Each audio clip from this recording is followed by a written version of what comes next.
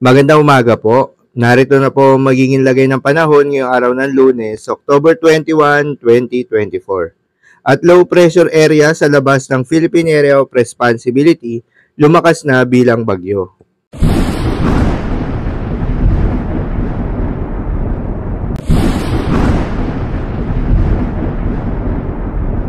Sa kasalukuyan at ayon sa pag-asa, yung trough or extension nitong tropical depression o yung mahinang bagyo ang nakakaapekto ngayon sa buong bahagi ng ating bansa. Kaya naman asahan yung bahagyang maulap hanggang sa maulap na kalangitan na may kalat-kalat ng mga pagulan o thunderstorms. Ang nasabing tropical depression nga ay huling namataan sa layong 1,255 kilometers east of southeastern Luzon. Taglay ang lakas ng hangin na umaabot sa 55 kilometers per hour malapit sa gitna at pagbugso na umaabot sa 70 kilometers per hour. Kumikilos pa westward sa bilis na 30 kilometers per hour. Sa ngayon, nasa labas pa ito ng Philippine Area of Responsibility at posibleng pumasok ngayong araw.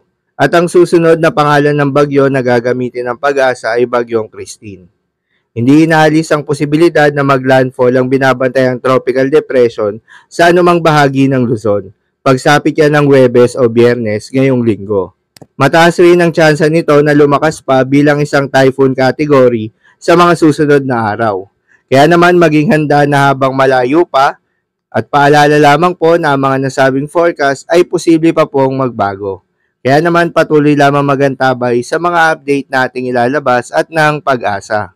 Para naman sa magiging lagay ng panahon ngayong araw ng Lunes, dahil nga sa epekto nitong trough nitong tropical depression, asahan ngayong araw sa Zamboanga Peninsula, Barm, Soc-Sargen, Bicol Region, Northern Samar, Palawan, Aurora at Quezon ang maulap na kalangitan na may kalat-kalat na mga pagulan at thunderstorms. Posible ang mga pagbaha o pagguho ng lupa dahil sa katamtaman hanggang sa kung minsan ay malakas na pagulan. Habang sa Metro Manila at nalalabing bahagi pa ng ating bansa, ay asahan naman yung bahagyang maulap hanggang sa maulap na kalangitan na may kalat-kalat na mga pagulan o thunderstorms. Dulot pa rin yan itong trough or extension nitong tropical depression. Posible rin ang mga pagbaha o pag-uho ng lupa during severe thunderstorms. Para naman sa lagay ng mga dagat baybayin, ayon sa pag-asa ay walang nakataas na gale warning sa anumang seaboards ng ating bansa. Kaya naman malayang makakapamalaot yung mga kababayan nating mangingisda at yung may mga maliliit na sasakyang pandagat dahil inaasahan yung banayad hanggang sa katamtaman ng mga pag-alon. Ngunit iba yung pag-iingat pa rin, lalo na kung meron tayong offshore thunderstorms activity, asahan pa rin yung tsansa ng malalakas na hangin at kaakibat nito ang bahagyang pagtaas ng mga alon. So yun lamang po para sa lagay ng panahon ngayong araw ng Lunes. Keep safe everyone.